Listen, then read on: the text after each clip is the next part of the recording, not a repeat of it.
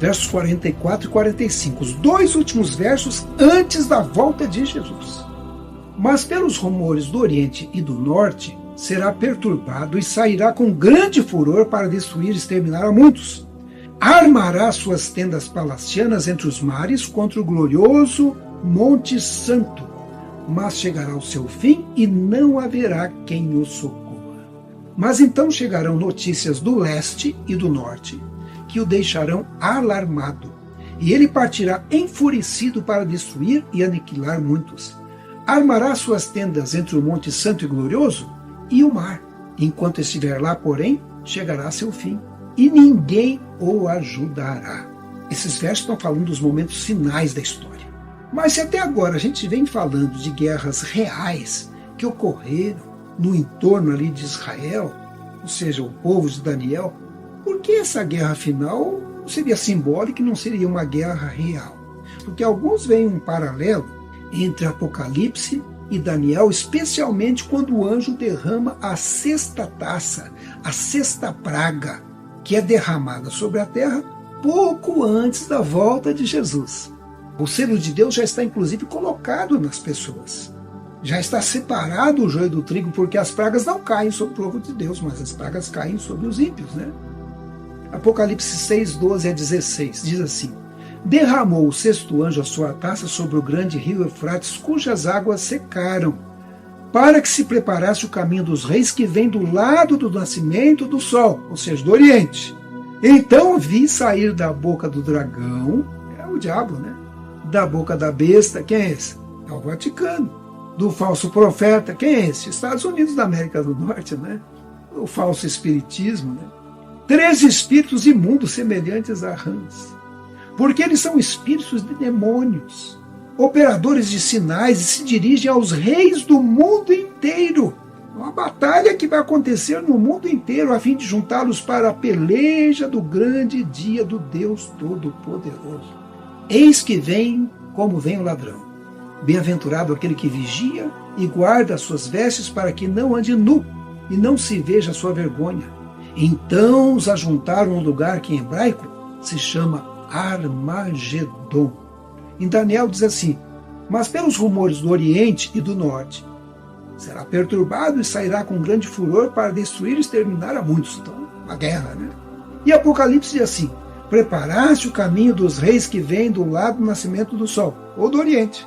Espíritos e demônios se dirigem aos reis com o fim de ajuntá-los para a peleja do grande dia do Deus Todo-Poderoso. Vejam só, parece que estão falando da mesma coisa. Aí Daniel fala assim: armará suas tendas entre o Monte Santo e Glorioso e o mar. Enquanto estiver lá, porém, chegará seu fim e ninguém o ajudará.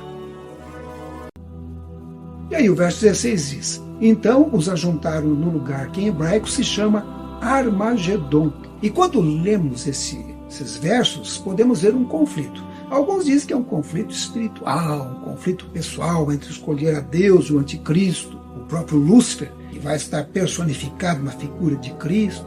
Isso é chamado também de grande engano, né? Claro que isso vai acontecer.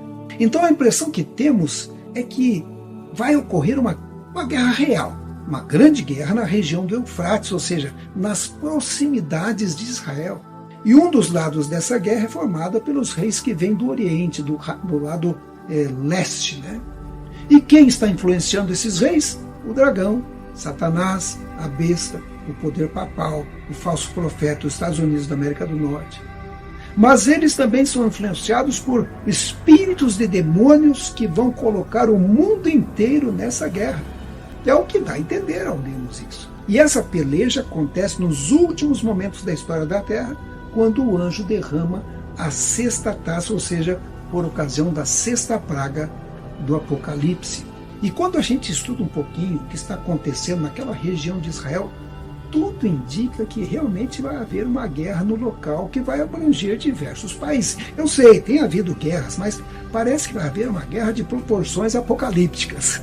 E quem está em Israel, e você olha para o lado leste, para o Oriente, a gente tem ali o Irã, a Arábia Saudita, até mesmo a China, a Coreia do Norte, e outros estão lá para o lado do Oriente. Também fala de rumores do Norte. Quem está ao Norte? A gente tem a Rússia, por exemplo, inimigos do povo de Israel. E o anjo fala do local da guerra. Daniel diz que seria entre os mares. Se for ao sul, onde está aquela base que eu mostrei para vocês, aquela base americana ali, no Negev, base 512, ela fica realmente localizada entre o mar Mediterrâneo e o Mar Morto. E ao norte tem o Monte Santo, o Monte Sião, né? Mas tem um outro lugar também muito simbólico que fica entre o Mediterrâneo e o Mar da Galileia. Esse lugar é chamado de Vale de Jezreel, também chamado de Vale do Meguido, ou Vale do Armagedon. Ali aconteceram muitas guerras. Isso é fantástico, né? Porque está acontecendo agora, nos nossos dias. Talvez você e eu vamos ver isso acontecer. E a gente vê como os Estados Unidos têm dado o seu apoio a Israel, e claro, o Vaticano também. Quando a gente olha no mapa e as coisas estão acontecendo, a gente percebe como esses dois poderes têm trabalhado junto com Israel.